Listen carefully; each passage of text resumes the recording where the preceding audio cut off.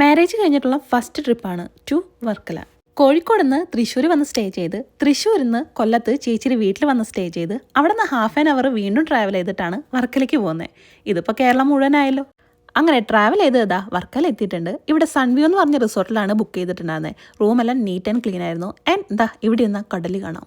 Actually this is my second visit in Varkala. സൗദിയിൽ നിന്ന് first വെക്കേഷന് നാട്ടിൽ വന്നപ്പോൾ എൻ്റെ ട്രീറ്റായിട്ട് വർക്കലയ്ക്കാണ് ഞങ്ങൾ വന്നിട്ടുണ്ടായിരുന്നത്. ഇപ്രാവശ്യം ക്ലിഫിനോട് ചേർന്നൊരു റിസോർട്ടാണ് ബുക്ക് ചെയ്തത്. അങ്ങനെ ലഗേജ് ഒക്കെ റൂമിൽ വെച്ച് ഞങ്ങൾ ക്ലിഫിലേക്ക് എത്തി. അവിടെ കുറേ ഷോപ്സും റെസ്റ്റോറൻറ്റും ഒക്കെ ഉണ്ട്. പക്ഷേ ഷോപ്സിലൊക്കെ ഇത്തിരി കത്തിയാണ്. അവിടെ നിന്ന് നേരെ ഞങ്ങൾ ബീച്ചിലോട്ട് ഇറങ്ങി. അവിടെ സർഫിങ്ങും കാര്യങ്ങളൊക്കെ പഠിപ്പിക്കുന്നുണ്ടായിരുന്നു. ഫോറിനേഴ്സിനെയാണ്.